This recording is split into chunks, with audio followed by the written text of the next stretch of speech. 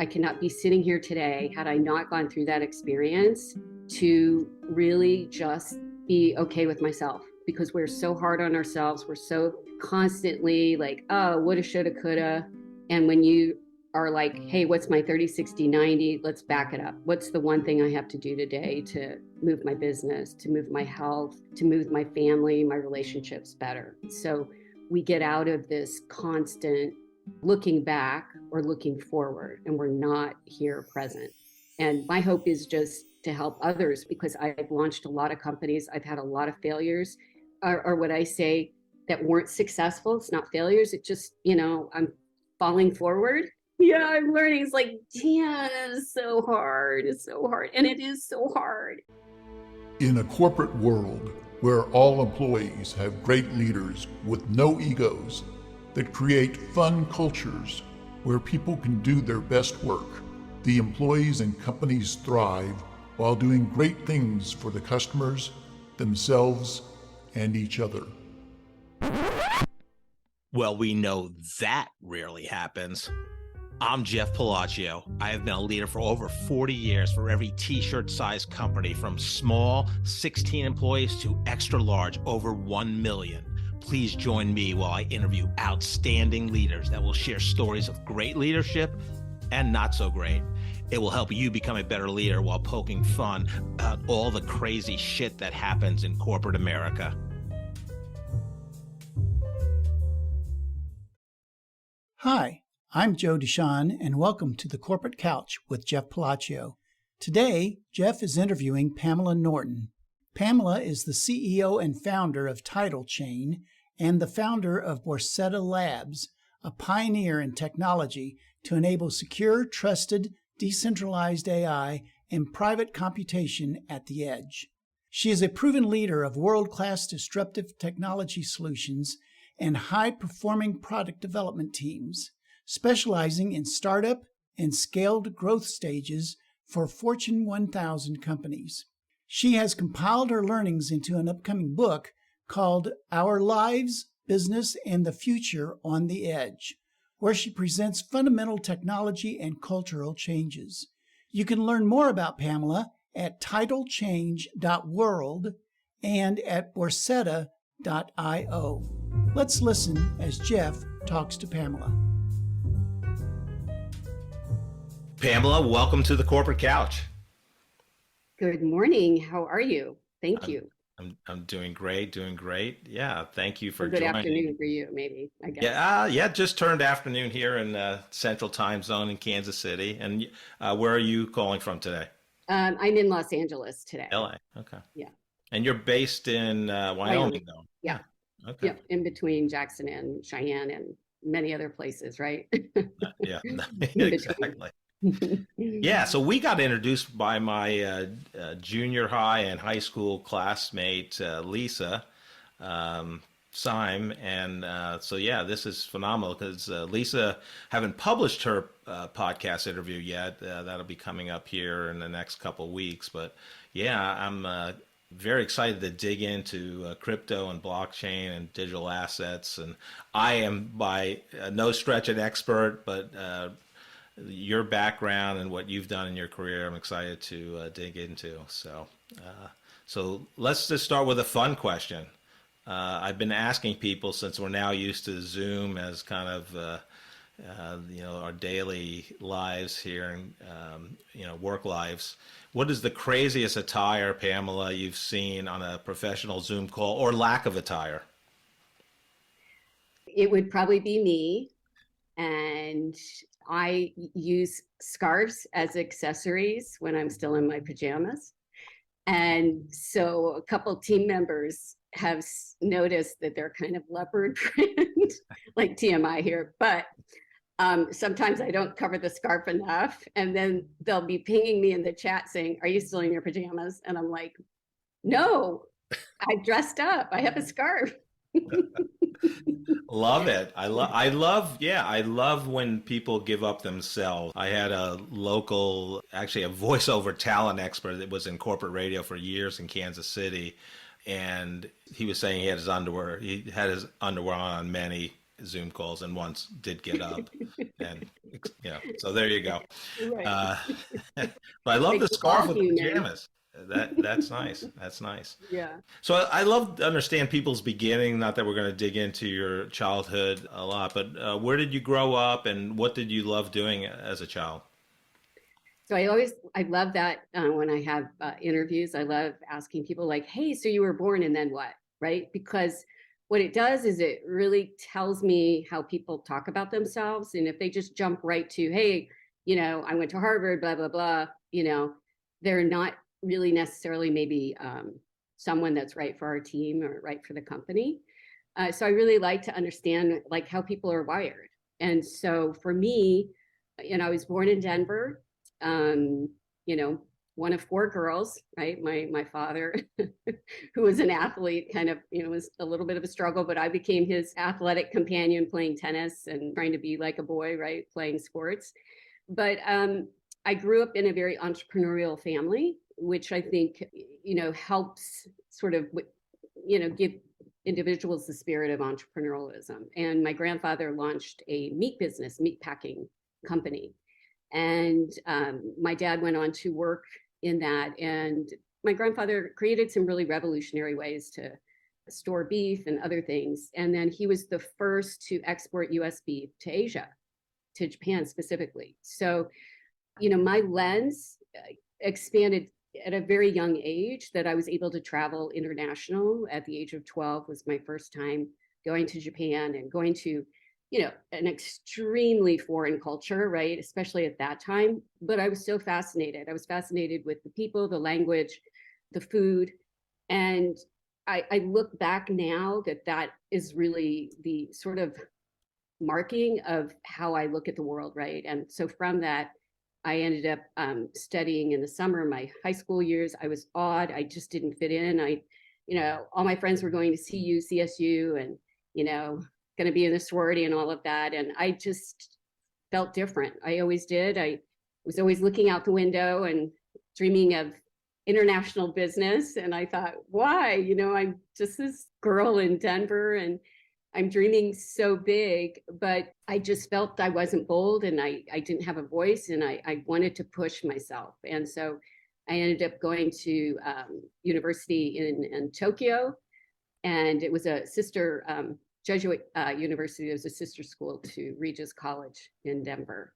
And so it was life-changing, right? I had friends from all over the world, from Brazil, from India. My best friends were individuals from all different cultures. And so that, I think, formed really who I am and how I hire, how I look at people, how I come up with whatever ideas that's percolating in my crazy brain.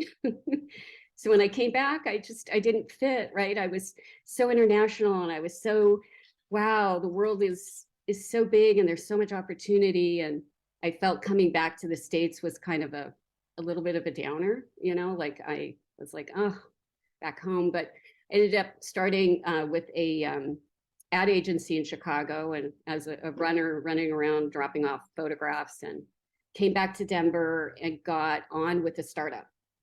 And it was a startup in health tech. And now that I look back sort of at my experiences, I've been through, it was a synthetic skin. So it was very revolutionary on how it treated wound and burn patients. And, when you're in a startup, you have to wear so many hats. So I was marketing and I was product development, and I didn't know anything, but I was always very curious, always a sponge, always trying to say, how can I get better? How can I learn more?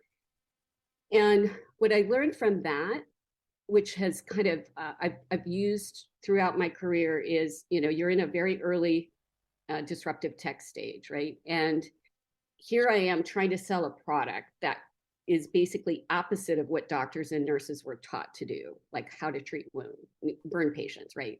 And here am I, like, I'm not a doctor. Who am I? Like, I'm an imposter, but I know the product works, right? I know the data that supports it, right? And so you have to find those early adopters. You have to find those people that you connect with saying, hey, I'll give it a try, right? We'll test it, right? We'll build more data to support this product. and we ended up getting acquired by an international lab company. And so I had a little taste of success of an exit. And then I thought, oh, I need to go on to a big corporate job and kind of do the big corporate sort of thing, and went on to United Airlines. And my first job there, it didn't last very long because it was in HR. And so if you look at people who are like really super creative and innovative and all of that, HR is not the job. And I thought I was gonna die. I was like, oh my gosh, we had to wear a certain uniform and stay in the lines. And, I couldn't ask like, hey, you were born and then what, right? So I ended up transferring to the data center, which at that time was in Denver, the entire reservation system for United Airlines, all the sister companies that were part of United's cooperative at that time. And again, knew nothing about technology, right? And so this was the move of mainframes to PCs and all of that sort of stuff that was happening. And I ended up just, again, being a sponge again, working in the development group of these new products. That time, it was like mid-90s. We were doing some AI expert systems, like crazy, crazy stuff. And we spun off a unit. And so again, it was my chance to be part of a new division, taking products that we had developed for airlines. How do you sell it now to healthcare companies? How do you now sell it to, other entities that can leverage this insight?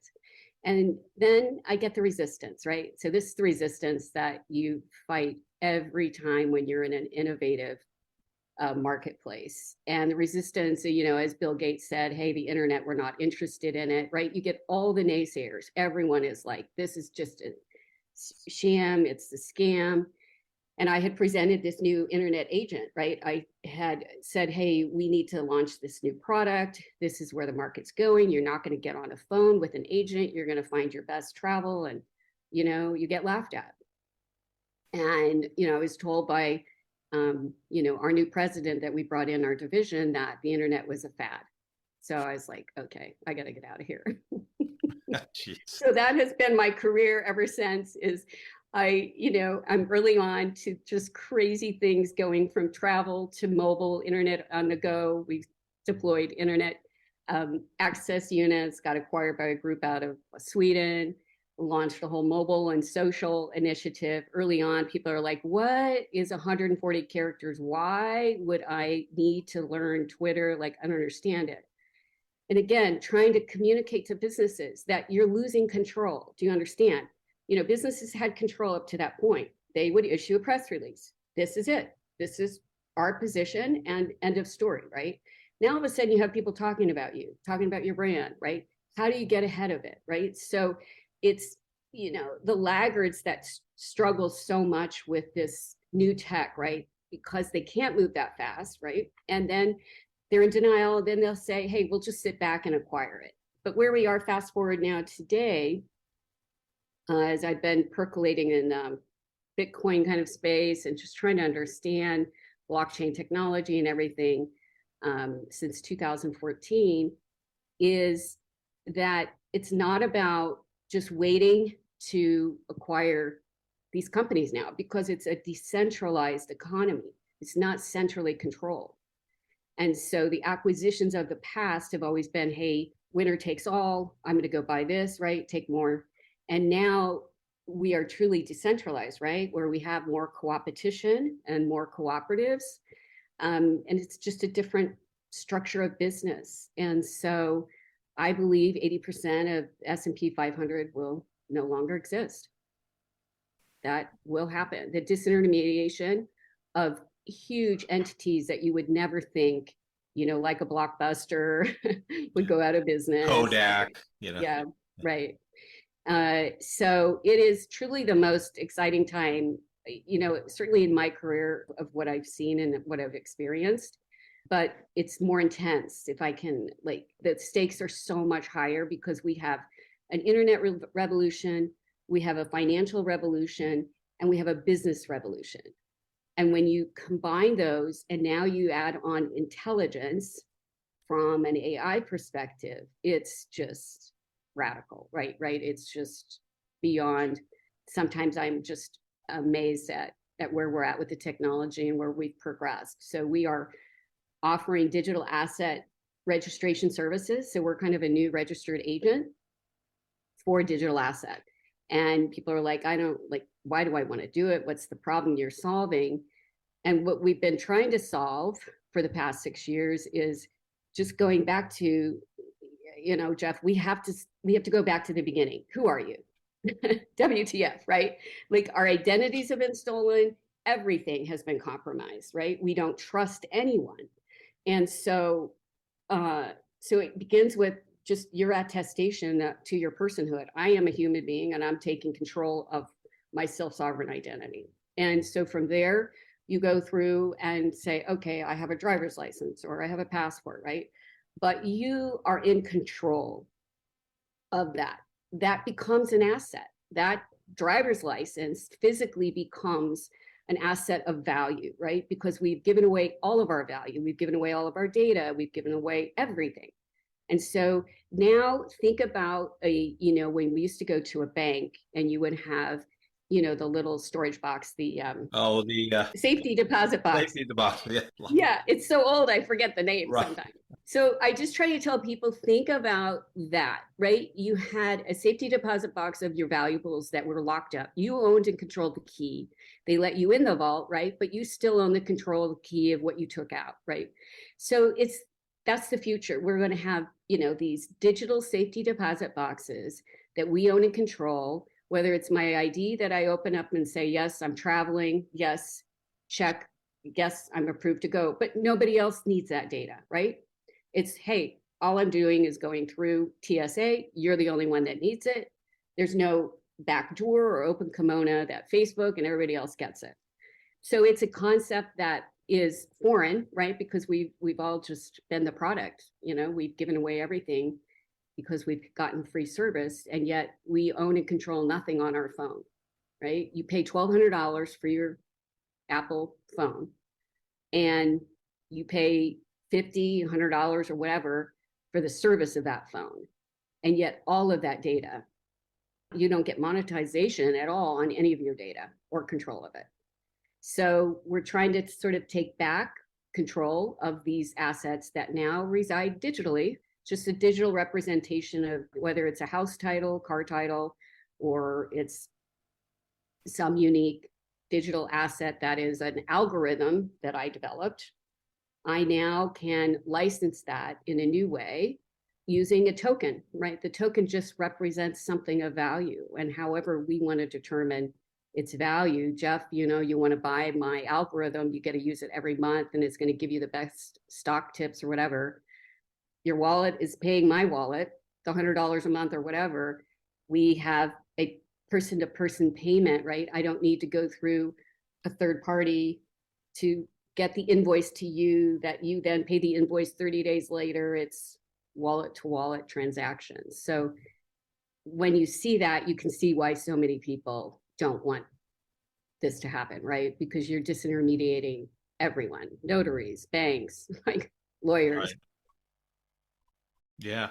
So there's so many questions I want to ask, but the first one, because I do want to circle back on a little bit of your career journey, but the first one I'll say is, what do you think is the average American, what is their extent of knowledge in this whole AI, blockchain, crypto space, and how does that compare with kind of ROW, rest of world average? Are we behind in the U.S. in terms of the kind of average understanding of what is happening today? We are really behind. And again, I've been in front of members of Congress, you name it, for years trying to educate and trying to say that we are losing our position as the reserve currency. And the reason why other nations are embracing it, because they understand what inflation does and how it decimates an economy. These people have lived through 1,000% inflation, and they see an asset class that they can store their money in, right? Their work or whatever, to not have 1,000% inflation for their peso or whatever, right? So they know that if there's a way for them to get paid and to get paid instantly, and they're not going to Western Union and paying $30 waiting for money from the US, where their sister can send that money directly and you're paying cents, pennies for that transaction. So for those countries and those people who understand what, like how inflation just kind of decimates an economy, they're adopting it. The UK just announced they recognize cryptocurrencies, the parliament, they recognize stable coins. It's going to get passed.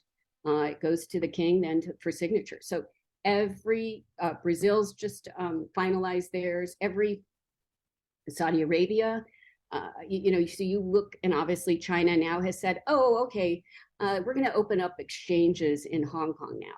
Well, who do you think the exchanges are in Hong Kong? So they're back in crypto. They were never out, right? They just didn't know how to control it. And then they realized they couldn't. And the US is just stumbling here right now. And the crackdown from the SEC is just, it's completely the wrong path. They sat for years not doing any regulation. I mean, we've fought for years to have them, put in some form of regulation, and yet they were letting, FTX of the world speak in front of Congress while he had 138 companies. They were all like running on Excel. I mean, they knew, like, come on. So I'm not a conspiracy theorist, but I do think, bad money always goes in to push out good, right? That's typically what you always see. Because remember, like when you were on the internet initially, it's like, oh, don't go and put your credit card on that website unless it has that little symbol at the bottom of trust, right? And you're like, okay, does it have that little symbol? Okay, I can put my credit card in. Right. So I think they allowed the mayhem to take place, so all the Americans think it's rubbish, and that there was an indirect way to keep Americans from getting more educated and learning, right? And seeing that, hey, this is just something to get our attention off of the underlying technology is revolutionary, right? There's just no question. So I am concerned for our country right now, and we have developers in Brazil right now, in Europe. We have some here in the US, but we're looking at, unfortunately, having to leave the US right now. Wow. Yeah. And you see that as a trend in today's business world, companies leaving the US? Oh, yeah. They've shut down all the Web3 companies. So you can't, in essence, the way we use crypto is it's infrastructure, right? It's a way for us to have less expenses on payments and transactions, right? It's a railroad, right, for us. It's the new internet. And so when you have efficiencies as a business, well, I'm going to use it. I'm not going to have my customers pay 3% for a transaction and then don't get their money for 10 days. So what we're seeing is that when you don't have an environment that is fostering this innovation, and you have fear that you're going to get shut down, what happens? Investors are on the sideline. They're not funding any of these companies right now. And again, it keeps going in these spurts that we have a good thing and then something bad happens. So investors go to the sideline. But Coinbase, we think, is probably going to move their headquarters to Dubai. A big stablecoin, one of the largest stablecoin companies, Circle, they moved their headquarters to Paris. So they're all moving, they're all leaving. And, we have a brain drain already problem in this country. It's hard enough to get the resources that we need. So, we're going to India, to Europe. Europe's been very progressive and very embracing it. But we are just in denial, I think, because Gensler says, well, we have the dollar. It's like, well, we have a paper dollar that now has been overprinted and really can't operate in this new internet. Actually, very tragic. So for the listeners, including myself, that know a lot about Web3, what's kind of a general definition, summary of it? So think of the Web3 as you are entering the internet with your wallet. And so what that means is, like, when you're using your wallet today, I don't know if you have this, like with, if you have Chase or any of them, they're using biometrics for you to log in. There's a lot of new data kind of security things for you to get access, and moving to passwordless sort of thing. So just think of that experience is you're getting into your bank or you're doing whatever financial transaction. That's the new internet, right? Today's internet is you have to go to every site, you have to give them all your information, right? Fill out forms, all of that. In the new internet, it's going to be, hey, this is my wallet, this is my credentials, and I will, if I want your service or whatever, I'm going to open up my email or my identity or whatever.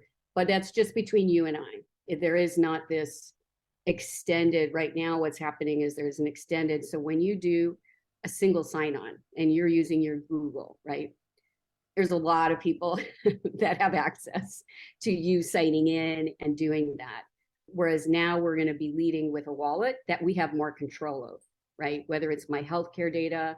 So there will be a much more of a seamless experience to the internet where we're not having to fill out all sorts of forms and remember passwords. But what's happening behind the scenes is you're creating really your own portfolio, right? So you've got your portfolio of your credentials. Did you really go to Harvard, right? Did you really finish these classes? So you'll get tokens that validate, whether you show it on LinkedIn or whatever, that yes, I really did go to this university. I really am a person. I'm not a bot. Right. So that's, in a very just experiential way. But the problem is most websites, just like before, aren't prepared. They don't have this new railroad, right? Which is the blockchain. And it's just a way to validate using a ledger that an event happened. It's just a timestamp that no one can change, that, hey, I just paid you $20. There's no question. We can go back and look at a reference. We don't know. I don't know you or you. Well, we can do an anonymous transaction. I think what people think is, all my information is going to be on the blockchain. I don't want it. It's public.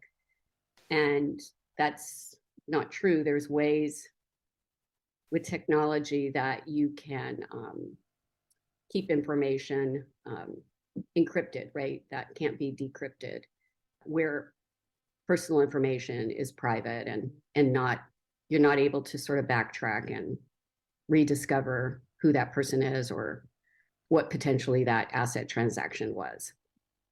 So obviously, small companies are playing a lot in this space and doing the innovation. But do you see any of the large companies, I'll just say Fortune 1000, just broaden it, that get this space and are doing things about it? That's starting to happen now. So I think they wanted to sort of shut down the innovation, and now the big players are coming in. So BlackRock just announced that they have applied for their ETF funds for Bitcoin and Ethereum, and I think Litecoin and Bitcoin Cash or something. There's like 4 or 5. Now, those will be for institutions. They're not for retail. So unfortunately, the everyday American is not going to have access to that. Now, Fidelity and yesterday, they've been working for about the past 6 months on their crypto fund, and with Charles Schwab and a couple others. But again, very much focused on institutional. And I think that was planned, that let the big players come in, take control of the market, and then eventually it will be offered to you and I. But you and I can buy that today, right? That's the beauty of this new opportunity that anyone. I've lost a lot of friends. I've lost a lot because I've been on this road for so long. Every Uber I get into, wait, do you have a digital wallet? I can send you this. You'll get $5 worth of Bitcoin. Just do it every week. Just put $5 and buy Bitcoin. Just sit on it. It's the best savings account that you can do for yourself. But it's just, again, very, we're taught to be in debt our whole life, right? That is, the dollar is a debt instrument, and crypto is a bearer asset, right? you can assign a value, whether it's an object that's assigned to it or the actual value of just owning it, right? Like it's a limited supply. It's based on a scarcity concept. So the more that it is, just like money needs to be in demand, right? It's about the movement of money. And so when the dollar isn't in demand, because there's other instruments that can move value faster and cheaper, we're definitely, and I don't mean to be so doom and gloom. We've been in front of Congress again this week. We are fighting hard to help open the gates for, companies to flourish here. And it's a long journey. Yeah. So when was the first time you testified or were in front of Congress about these topics?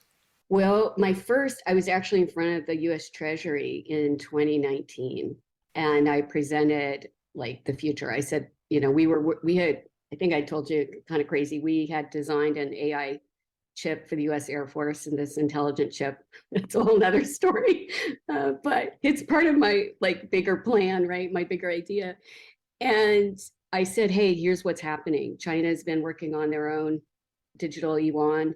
They deployed it out to 2 million customers in China. This was 2018, I think. And I said, you understand how they issued those tokens. They could be used at Starbucks, McDonald's, Kentucky Fried Chicken, and Subways. So it was like in your face. We're going to actually use our new digital money only in American branded companies. And I just said, we have got to make a move. This is happening, right? They're going to turn the switch. All their contracts, everything they own and run will turn the switch to their new digital currency. And I said, this is the pathway how we can keep our privacy and protection. We can reduce surveillance, right? Because that's what we're concerned about, right? And I said, this is the future. This is our recommendation. And they just said, basically, Americans will never go for this, never go for what you're saying. And I said, but this is our only way. We have to look at how we peg the dollar back in with the petrodollar, right? So we basically forced everyone to buy oil in US dollars. And I said, well, if you can get ahead of this, everything will be embedded with chip and sensors, right? If from the onset, those chips and sensors are born, digitally, they know their value is pegged to the dollar, right? So you win, right? Like they're going to be embedded in everything. And so if you could look at it, turning it to that perspective of from a GDP, like everything that we're producing is pegged. But yeah, it was really sad. So outside the two companies you founded that you're still running, TitleChain and Borsetta Labs, what was your, because I don't think I've had about 25, 30 guests on the podcast so far. I just launched in January 2023, and no one has had as many companies they either founded or co-founded than you, Pamela. So this is it's exciting to talk to you. But what was your favorite one outside of the two you're running right now? And why? So the favorite was the mobile internet on the go. And so what we presented to airports, and again, it's so funny because I was standing there with the head of facilities for New York Port Authority. And I said, hey, Carl, this is what's going to happen. All these payphones, they're all going to be gone. These TVs with CNN, you're not going to make money off of CNN anymore. People are not. They're going to be on their devices. So we need to create environments, of the future for airports are going to be like living rooms, right? We need to create a conducive environment for people as they're traveling to plug in and to interact with physical advertising to mobile. So we launched that. We launched in the 3 airports in New York and were acquired. But why it was my favorite was because it was so disruptive. And I can look back now, well, that's a whole nother another story for another day on deals that don't go necessarily the way you'd like. But I saw it, right? And so now as I go to airports 20 years later, it's kind of sad that we didn't have the impact that we really wanted to. Now we see airports that do seem more like your living room, right? So they're trying to create this environment where it's comfortable, the lighting is better, you've got a bunch of areas to plug in to work. So while I would have liked that to happen sooner than 20 years, it's exciting to see that idea is finally coming to market, but it wasn't in my time. And that's my concern now with crypto, is that I'm always painfully early. It's just brutal. I mean, I've been in the arena for a very long time. And, it takes not only a lot of courage, but I don't fit the profile of people think, one should look like, I guess, or didn't come from an elite privileged background. So totally hard worker and a lot of grit. But I am doing this really for my why. I know that if we don't get ahead of this from a personal privacy perspective, property title rights, and ownership of our ideas, our creative ideas of the mind, that we will lose everything that we stand for in this country. And so that's ultimately what I'm fighting for. I hope it's not 20 years from now that it will be a surveillance 1984 state. Right. So it's my why, right? And that's, I think, what sustains, when it's beyond just, hey, I want to make a ton of money. And, it's really, I know the market's there. I know the opportunities there. I'm looking for people to come alongside us and support us. And we're just really trying to make an impact. Yeah, so we'll talk more about that when we talk about your current companies. But since I've been in the mainly marketing and sales tech space my whole career, I'm interested when you founded Activate, and it was an agency using AI, machine learning, NLP, and doing mood marketing. So tell me your thought behind founding that type of company and your experience there, because it was almost a 10-year journey, it looked like in your bio.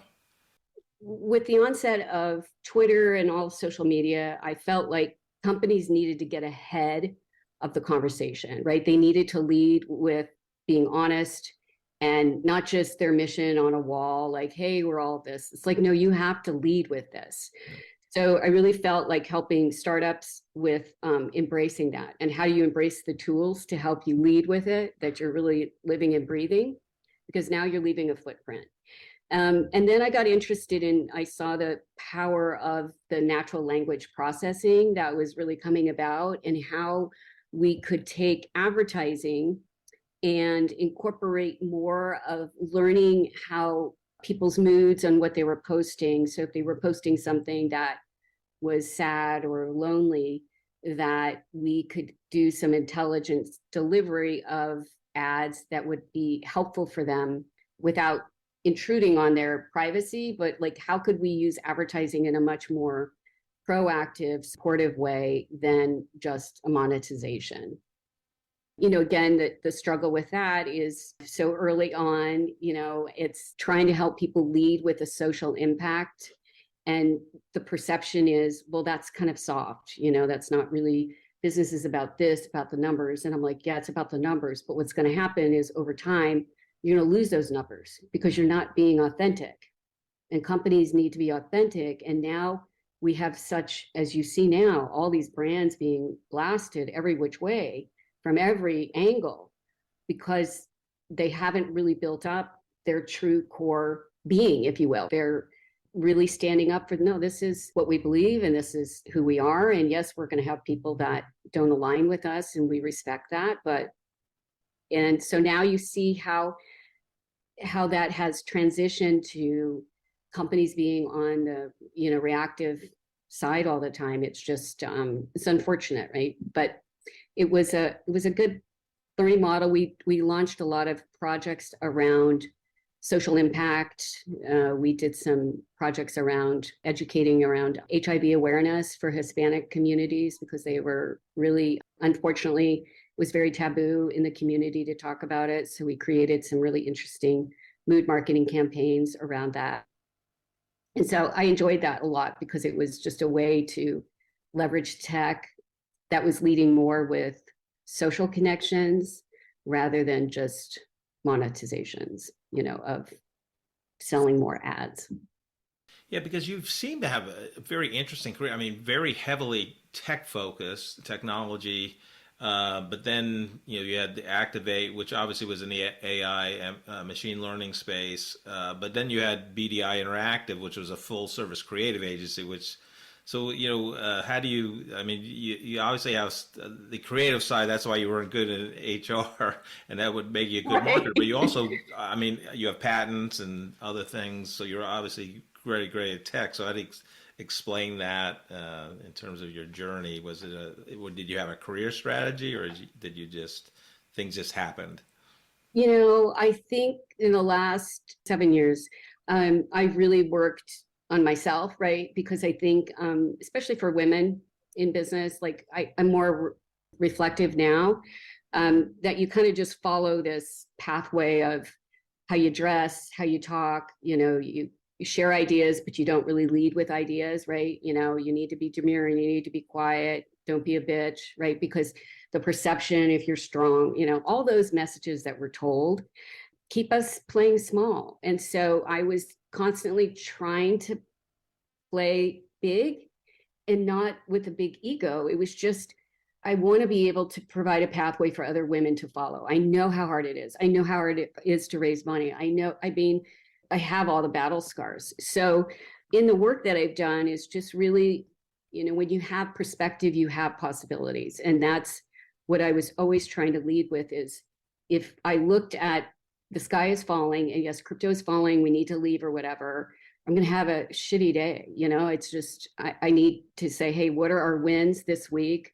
What are our gains? Like we have, the truth is we've got a great product. We have a great team. We have great opportunity. It's a fight, right? Because when something is this big, does not come easy. And so I've invested in myself. And I think, especially for a lot of women, like the whole coach thing, it's like, oh man. And I got into a program he was a 300-pound football champion that has a very great skill at coaching female CEOs, right? So when you have a 300-pound, like you do what that person says. Yeah, and you're like, you're in this intense. It's like a Navy SEAL thing where it's mental, physical, emotional, everything. Like you are just in. And that's so opposite of what like most women are like, you know what, I can't really do that because I need to wait. I need to lose some weight before I go. And, all these excuses we have because it looks so hard. But it helped me realize that there is no finish line. You are in the game. There is no, oh, hey, if I get this and if I get this. And when you're true to your why and you are true to who you are, it's like I am wired very differently. I get it.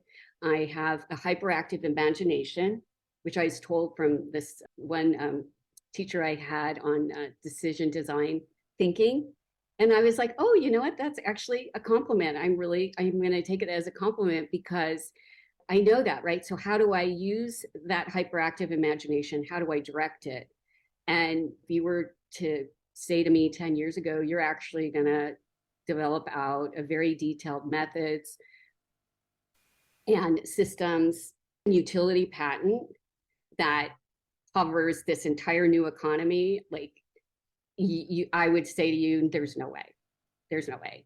And to now, after 5 years of fighting and educating, it's a very revolutionary. I'm super proud of the work, but I cannot be sitting here today had I not gone through that experience to really just be okay with myself, right? Because we're so hard on ourselves. We're so like constantly like, oh, woulda, shoulda, coulda. And when you are like, hey, what's my 30, 60, 90? Let's back it up. What's the one thing I have to do today to move my business, to move my health, to move my family, my relationships better, right? So we get out of this constant, looking back or looking forward, and we're not here present. And my hope is just to help others, right? Because I've launched a lot of companies. I've had a lot of failures, or what I say that weren't successful. It's not failures. It just, I'm falling forward. Yeah. They're learnings, right? Yeah, I'm learning. It's like, damn, it's so hard. It's so hard. And it is so hard. But I am really excited about the future and how we're creating a new business entity. I want to help onboard entrepreneurs onto TitleChain because this new business entity has intelligence built into it, right?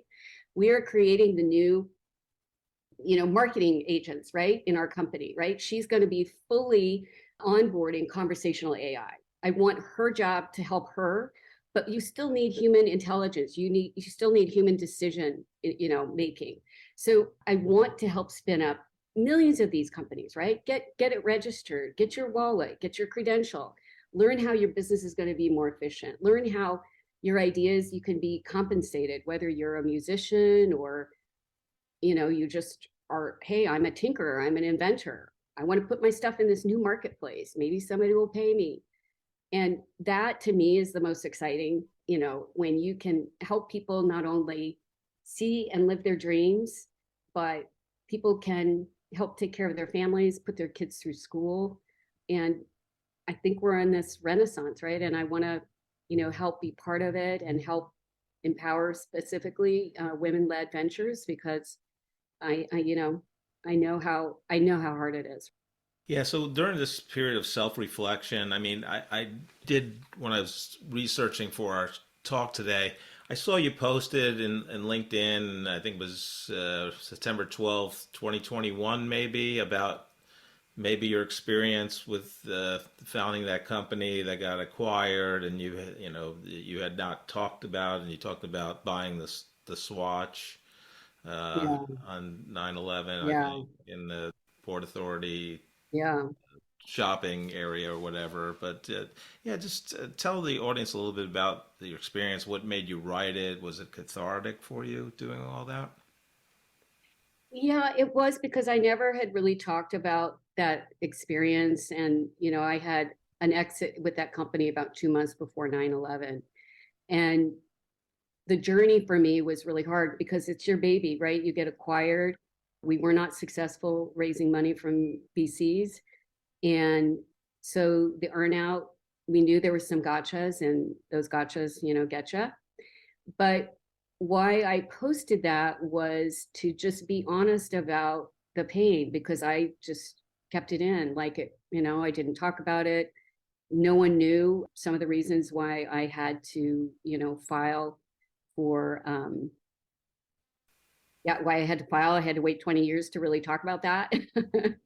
And we're just taught not to rock the boat, right? And so doing that, I had to stand up for myself. And even standing up for myself, most people didn't know why I was standing up for myself. And so that combination, I would have been in that building that day had I not gotten out of my earnout, 2 months before. I had two young children at home, and it just gave me the ability to really reflect on what was important. And like, it was actually a gift that happened. And as bad as it was, and that I had to get lawyers and had to go through the mud, I still have my life, right? And I had an opportunity to be with my children and to raise them. And so it was super emotional because, you stuff so many things that happen. And then when you're able to like re-look at it and say, oh my gosh, that was such a gift. I'm actually so grateful because not only did I learn so much from that, but those relationships are that much sweeter, right? Ooh, Mhm. I Yeah, didn't think I would get a little teary-eyed here, boy. no, But I thank you for bringing that up because I had to, you know, just get it out, right? That's one of the things that's so nice about posting is like you at least yeah. feel, hey, you're being honest. Yeah, I actually, so I grew up in New York, went to school in Manhattan College in the Bronx, and one of my closest friends I met on the first day and in college, and we're friends to this day. But him and another friend actually worked in the I can't remember, North or South Tower, and they had an office of 17. It was a small satellite office of this storage firm, tech firm, and they both weren't in the office that day for different reasons on 9/11. But the whole the rest of the people perished that day at 9/11. So Mm, yeah, I can't even imagine. It's just you know, having gone through that, and everything happens for a reason. And so yeah, even yeah, though it was a traumatic experience, that seems that there was other things involved in your lawsuit also yeah, that was more traumatic. yeah. Um, so do you think after that experience, it shaped you when you founded your other companies, or did you have to wait kind of till you started doing, your kind of work on yourself to kind of realize the benefits from that experience? I think it was like 2 years I couldn't get on a plane. So I didn't travel for 2 years after that, and was doing just a little consulting because I, still always love my children, love raising them and everything, but still wanted to stay connected. And I think that's the other struggle that women have is, hey, if you take any time off, it can hurt your career, right? Which is unfortunate, and it's not the way it should be. But I did like that, just how I'm wired, right? I love sort of the challenge of helping, especially startups. So I spent time just doing a lot because the whole e-commerce and all of that was exploding at that time, and just stayed for a couple years before. And then that's when I launched BBI, and I said, hey, let's start onboarding some of these new startups and just helping them, because typically what happens with most tech startups is they're, either the founders or co-founders are highly techy, and they have great products, but they don't know how to get them to market. So we help kind of incubate, and that's really one of my favorite things. And that's what I'm hoping to do at TitleChain, is just help incubate. There's so many awesome new companies that we can help launch. And so I want to kind of create like I call them a digital asset company in a box, right? So they can help onboard and, provide that pathway for entrepreneurialism. I think it's so exciting when you see people take their ideas and go to market, and yeah, it's So great. is there, for title chain then, is there specific client profile, or is it any entrepreneur that you could help, and what's the main way you help them? We talk about in more generalities for people not as intelligent in the Yeah. space as you are, Pamela. Okay. No, so at first, right now, we're focused on intellectual property, so patents, trademarks, copyrights. So we are testing with some IP law firms, right? So they control a lot of intellectual capital for companies. So there's like an enterprise play that we're looking at there. And then we're spinning up two companies that one is a digital health initiative that will also be a cooperative, and that focus is for veterans right now. So we're onboarding a pilot use case and showcasing how their identity is secured, their health data is secured, and their connection with their doctor. This is more around focused on mental health, it's this AI nudge theory of like, hey, did you take your pill today? So very ways to kind of help with, some of the onset of dementia, and help ensure that the guardians are connected in a secure way. And then the second one is called Quanta, which is a new media, so entertainment. So we'll be onboarding, again, test use cases, musicians, photographers, artisans, so they can take control of their brand, their identity, and then go through whatever copyrights, trademarks. So we, in essence, mint these NFTs, which again are just like a master of, it may be a manuscript, right, or whatever. And so that's our second one. And the goal is to help spin those into new companies. So TitleChain becomes the engine for all these new types of companies. So that's our two kind of focus areas. And so we've got, personalized AI education, some things percolating there, new energy. That's another area that I'm really passionate about. But IP of any the IP marketplace will be, I think, a tremendous opportunity for innovation, for people to fund research and development. But digital health, I think, is probably one of the most exciting. Personalized health for this country right now, because everything, as you know, is broken. Yeah. There's some percentage of U.S. citizens out there that would say, I don't care who has my data and what they see about me. What would you say to them?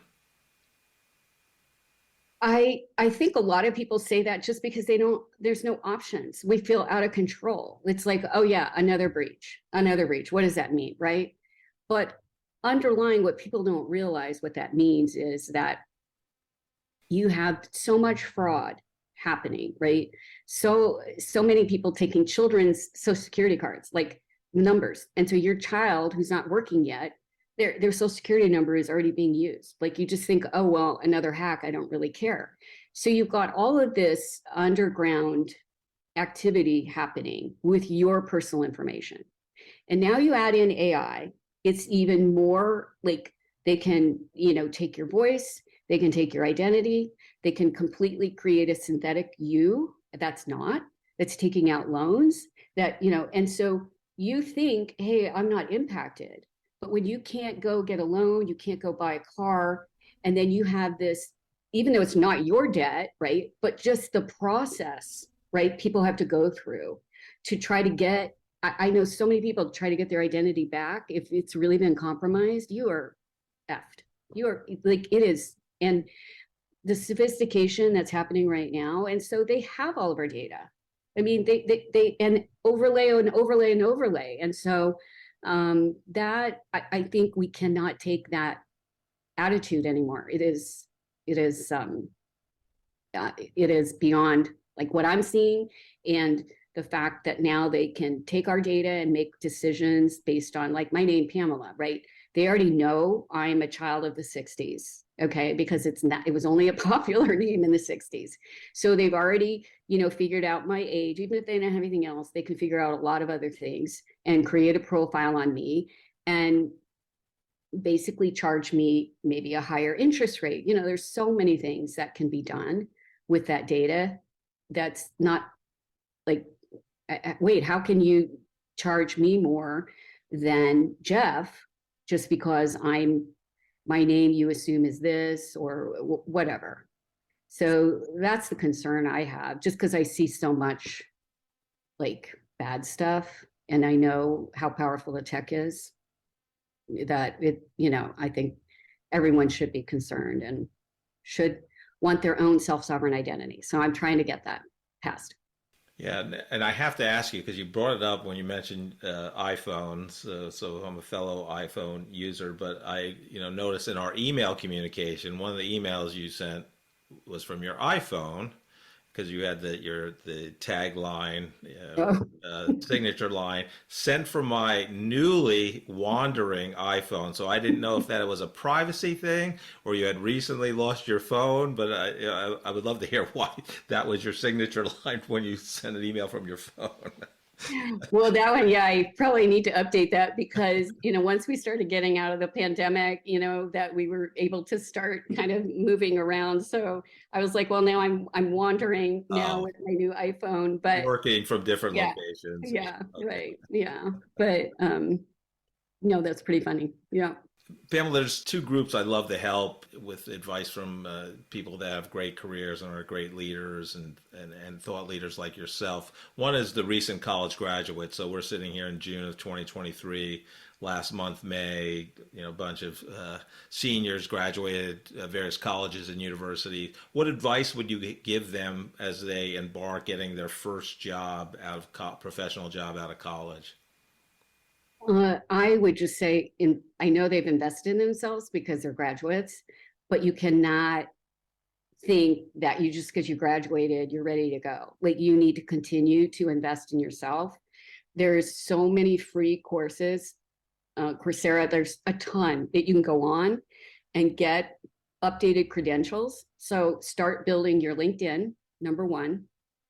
Start taking whatever additional courses, specifically in conversational AI and understanding the difference between generative AI and AI that is in a more closed system, more what's quantitative system.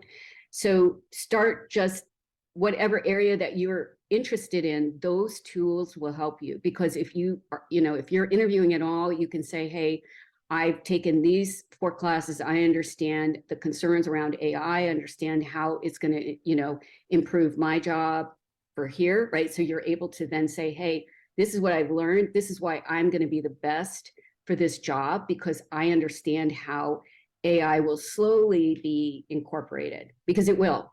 There's no question. So the more that they are prepared to say, hey, I am truly open to this, that's what I look for. I look for people. I look for, what are they reading?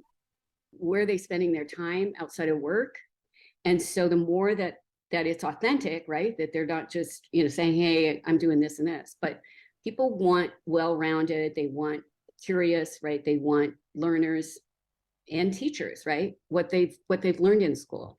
But that would be just my number one. And it's, all these classes are free. So it's not like they've got to start paying. But as they build up those credentials, it looks good because the search engines pick it up, all of that. Sure. And is there one course or book or other resource on AI, if you had to give them one recommendation to learn AI or get the foundation of AI to start, what would that be? In my Blink list, I just finished, I've got like 25 books right now. That's like my favorite, because the Blink list just gives, I've got a couple different, and I can send it to you, that you can post. Yeah, send it to me and I'll just post it. AI and, but I think one that's really interesting, a company that we work with that's been around for 20 plus years, it's called Amelia. Originally it was called IP Soft. And just start doing some research on Amelia. She's now been with conversational AI for about 8 years. She's different than the generative because, generative is all about like imagination and ideas. That's why you get some hallucinations of like, wow, what is that? Whereas with Amelia, she's learned from these large models over time that she's making deterministic things. Like you say, hey, Amelia, next month, can you move 500 from my savings into my checking? And she then has learning things to say, hey, last month you were short in this, so you're going to need to put 700. Is that okay? You can't have generative doing that kind of stuff. So if they start understanding the difference, they're going to be able to see how that helps in their job, because it's all about business workflows, right? So Amelia is following our business workflows to make sure our product is easier for you to onboard, and she's learning over time. She'll be your personal agent, right? So she has a more cognitive ability to make connections of, hey, you didn't take whatever medication, right? You're supposed to check in with me. You didn't do that today, right? Those things. Very helpful, especially for the elderly. Like, I'm so excited to get my mom and dad on Amelia and myself, actually, number one. Yeah, no, that's great recommendation. The second group I love to help is, when you start your professional career, usually you're an individual contributor. There's nobody reporting to you. But once you get that promotion, now you have people reporting to you. What leadership advice would you give them as they embark on their leadership journey?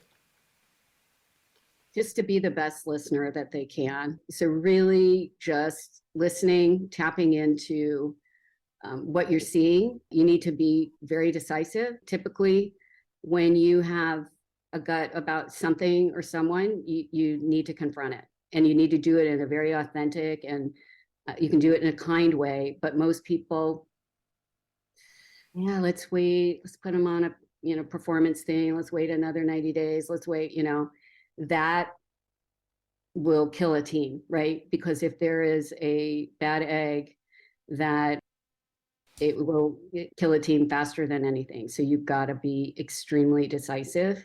And it might seem to be that you're not nice or whatever, right? It's just the reality is you can't, it impacts the team, it impacts the performance, and you can't afford to have those naysayers, or whatever it is, right? There's Like, I don't, I've learned over time that comes back and bites you in the ass. Right. Yeah. Yeah. And they're a cancer, right, for the culture Yeah. of the team. Yeah. Yeah. And everybody knows it, so. Yeah. Right. They get a mulligan, and, then they go to another group, and it's just the same old stuff. So they try to pass them off to someone else. But that would be my, and it's tough, especially, as a new manager. You want everyone to like you, and you want to, do well and do great. And you don't want to be like, oh, wow, I picked a bad person. What's wrong with me? It's like, hey, it takes, I don't know, takes 3 months or 6 months to really get to know someone. I think they start, showing their real colors after about 6 months, I think. So, yeah. Yeah, you can get fooled during the interview process. Yeah. Now I'm hoping to use AI, right? I love it. Well, Pamela, you've had a fantastic career, and I just have your expertise and what you're doing, and I love your authenticity and your transparency, and you've been a pleasure to talk to. So thank you for coming on the Corporate Couch today. Yeah, thank you so much. It's a pleasure. I just thought Pamela was fascinating. I mean, all the companies she founded and became CEO of, and her pivot from marketing to technology. She has patents, and just I love learning more about AI and blockchain and Web3. I don't have a lot of knowledge in this space, but I do want to bring up. I mean, 9/11 was such a tragedy, and just has lingering effects to this day. And she would have worked for the company she founded and died in 9/11 if they did not buy her company out 2 months earlier. Yeah. And it was a tragic, I mean, obviously the 9/11 was a tragedy, but there seemed some like underlying issues with the buyout that she had to go to court. She didn't really expand on it, but I had two close friends that would have died in 9/11 if they had been in the office that day. So that was really, I mean, it was just a fascinating episode, I thought, and she's done a lot of great things. Joe, what did you take away from it? Yeah, she has an amazing story with all the companies that she founded, and the way that she came about to all of those things, I think, is amazing. And it's interesting that she kind of did the opposite direction that you and I did. You and I did IT and went into our MBA program and ended up in marketing. She started out in marketing and turned around and went into the technical side and the IT side, and the whole AI thing is just amazing. Well, Joe, that's a good point. The other thing is I loved her talk about underlying AI and how it's going to change everything, but also the 3 revolutions she talked about going on right now: finance, internet revolution, business revolution with the pandemic, and all the changing nature of business and how companies are run. I thought that was fascinating also. And it's almost like where we were in the 90s with the internet, when it was sort of dumped on us, and we all kind of looked at it and said, so what? What do we do with this? And AI is kind of turning into being something like that. It's like, wow, this is really amazing. This is really something new, but what are we going to do with it? And she's right at the forefront trying to figure that out. I think that's really cool. Yeah, absolutely. Any leadership advice you want to give to the audience? Yeah, we are going to go to that great philosopher, Michael Scott. He's one of our favorites. Where one time when he said, I'm not superstitious, but I am a little stitious. Thank you so much for listening to this episode of The Corporate Couch. If you enjoy the podcast, I would love for you to take 2 minutes out of your day to rate us 5 stars and write a review. Please join me next week to learn from another great leader sharing their professional journey and insights.